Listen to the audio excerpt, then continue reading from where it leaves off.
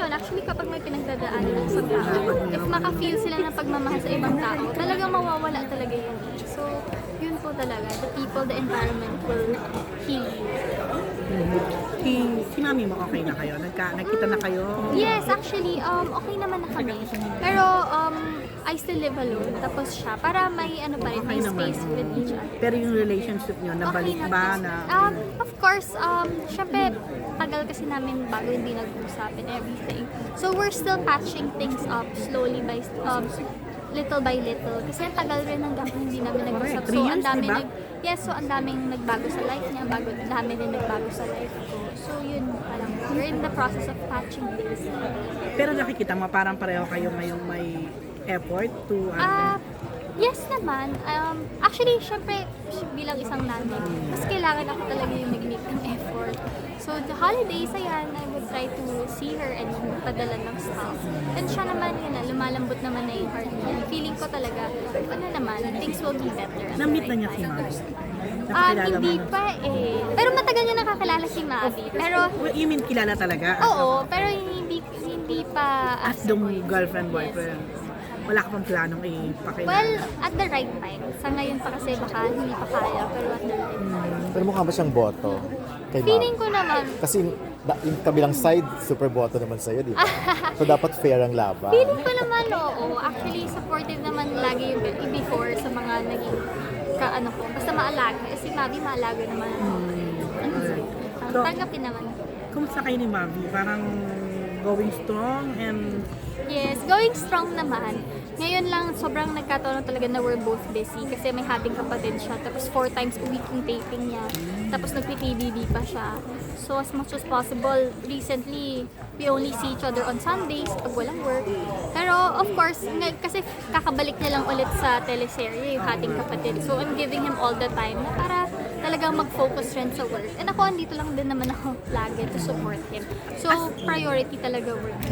Asti kayo ni Mina and sorry na rin and even Cassie, super okay ang relationship. Yes, I love them. I love Mavi's family. I love the Legaspi family. Especially si Cassie, lagi ko nga nakikwento na mas naging close talaga yung relationship namin during the holidays. Or actually after PBB, when I got evicted sa PBB kasi, they really welcomed me. Sila yung, syempre kasi grabe din na pagdaanan ko doon nung na-evict ako. So they were the ones na talagang na, Ash, you're welcome to stay here, you're welcome to, you know, tinulungan nila ako doon. And nung holidays, Christmas, New Year, since pares kaming may show na ginagawa, dito lang kami sa Philippines nag-celebrate. So I would go to his house and nakakasama ko sa dinner sina Tita Carmina.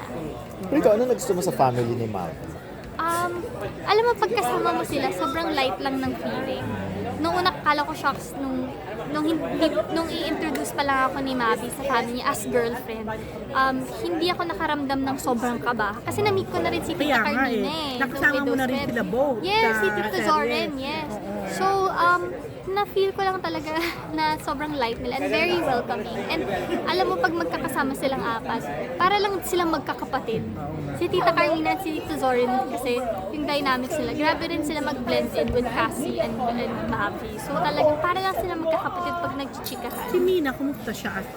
Well, di mo pa naman mother-in-law. Future. Pero grabe lang. anong tawag Future sa boyfriend-in-law? Then, kumusta siya sa'yo? Pag kayo lang or pag kinakausap ka niya, may mga sinasabi ba siya? May mga... Wala naman. Actually, pag magkasama kami ni Tita Carmina, laging sa table kasi dinner. Tita tawag sa kanya. Tita Min, Hindi yes. pa mami. Yeah. Parang nakakahiya po. Nihiya naman ako. Parang wala pa akong karapatan mag-mom. Pero yun sa table, pag nagde-dinner kami sabay-sabay or when we celebrate someone's birthday, kasi last month, Tito Zorin celebrated his birthday and nag-dinner kami together. And yun, actually, pag nagchichika lang kami, mga chismis lang pinag-usapan namin lahat sa table. Nakakatawa. So yun lang. Ano na ba siya? Si Mina, ano din yun medyo galante rin pagka pag love niya, di ba? Nagbibigay ng mga anong gift. Kayo ba, kumusta? There was a time na nandun ako sa house ni Mami. Tapos, meron siyang shoes na binigay sa akin. Pero, Magka-size ba hindi kayo? kami tinanong niya kasi, sabi niya, Ashley, what's your size? Sabi ko, tita, I'm size 7. Eh, mas malaki yung size Size ngayon. niya, oo. So, hindi rin nagkasya sa akin. Sabi ko, tita, thank you. Pero, hindi kasi magka-size. Pero, she was supposed to give me shoes na hindi niya nagamit. And she wanted to give it to me. Pero yun, ang laki kasi ng paa ni Tita Mina. Size 9 siya. Ako size 7 lang. Ano, nag-design ng shoes si Carmina. Ay, talaga?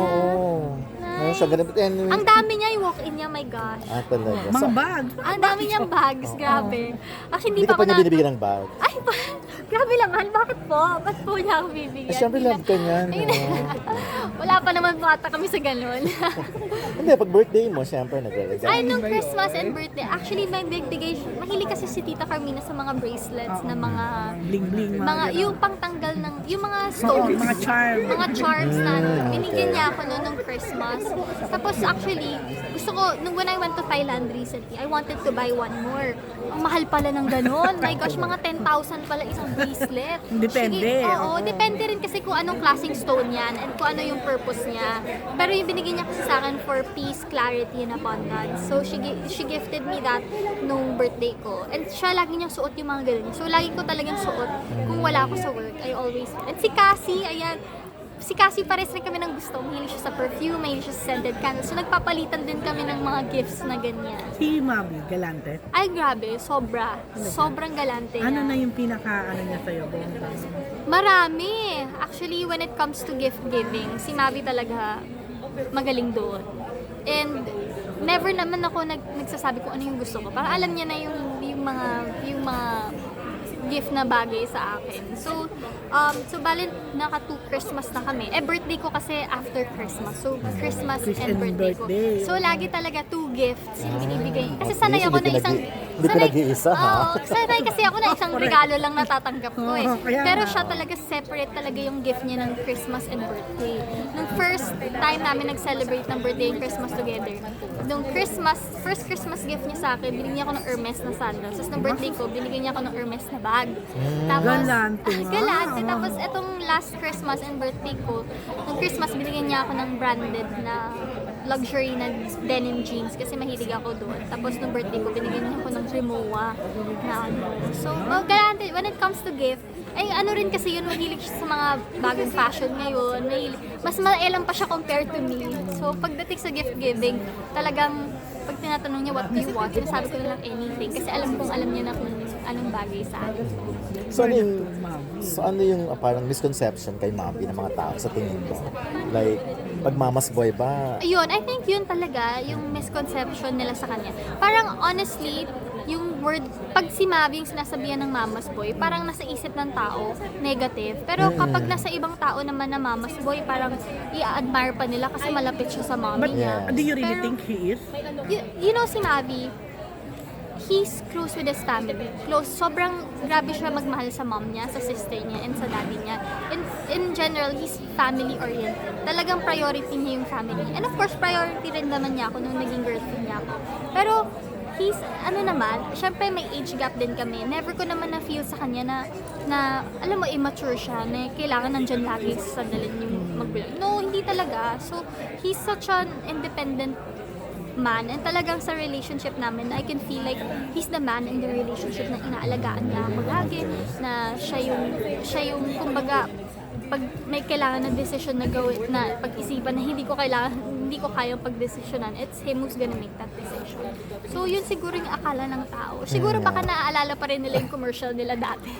Na Halin doon. Doon kasi lumaki, di ba? Doon ko rin kasi siya, doon ko na-meet, doon ko nakilala yung family nila when they did that commercial. They grew up from that commercial. Kaya siguro yun yung misconception ng tao sa kanya. Hindi mo naisip na, anak kung pag dumating ang time, pwede bang pag pinapili si Mami, ako or ang kanyang mom? You know, actually, dapat naman hindi tayo umabot sa punto na itatanong natin yan. Na kailangan tanongin na, pamilya mo ba or ako?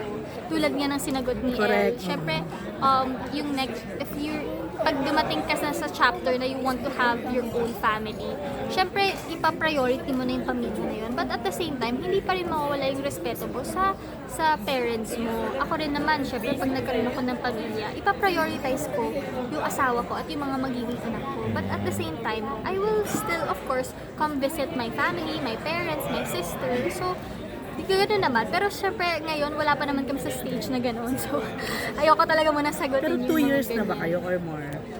1.5 year pa lang. Opo. Matagal pa naman. Tsaka hindi pa naman namin pinipressure ang isa't isa na dapat magpakasal na or whatsoever. Kasi focus pa kami sa career na yun.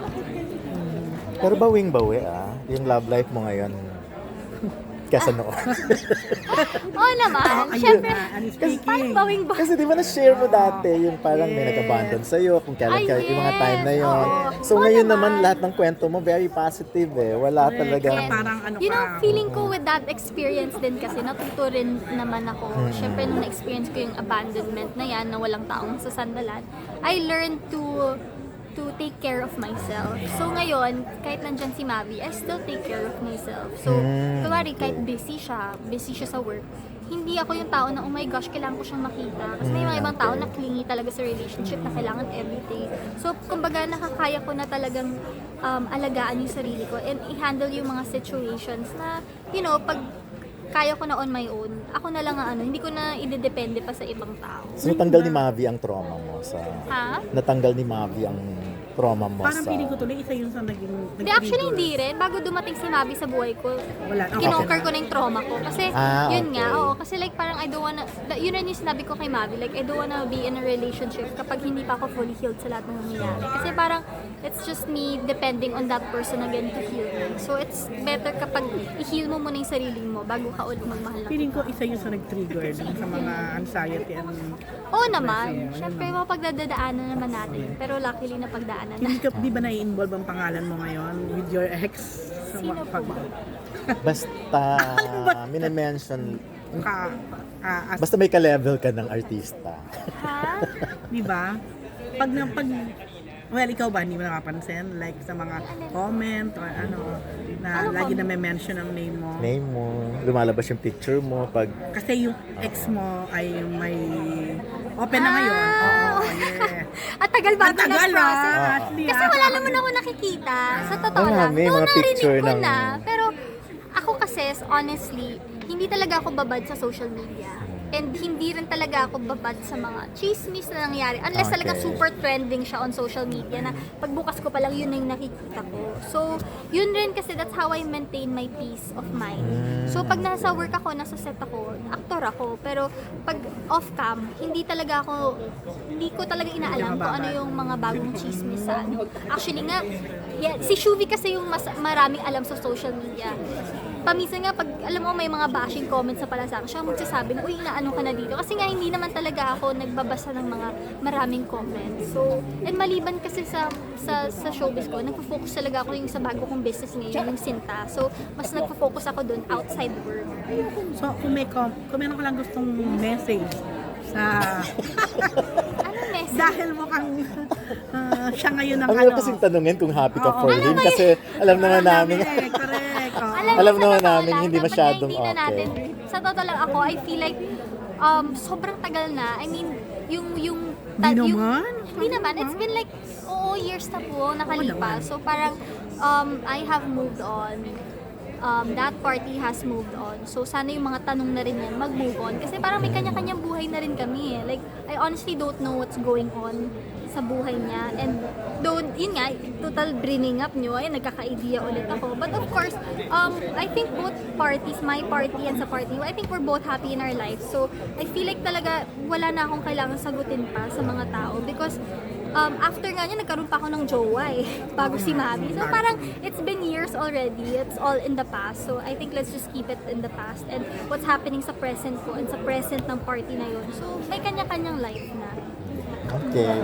Alam mo yung gusto ko itanong, ayaw mo bang warning ha? Hindi ba Matagal bago nag-process kasi syempre sa totoo lang. Taga pa rin hindi niya maano. Hindi mo nakikita na yung picture mo lagi nakabalandra sa ex, Oo. sa Hindi ko Twitter. nakikita. Basta sinabi yung guy, lagi sinasabi na ex ni... Tapos mga pangalan. Ikaw kasi yung aside from ngayon, yung pinaka kilala ng lahat. Correct. O, picture lang kita. Ay, Mami, picture lang. Sorry. Ko, sabi ko, ito parang hindi niya natatandaan na kinalimutan mo na. Charot. Oo. Pero, tama rin naman.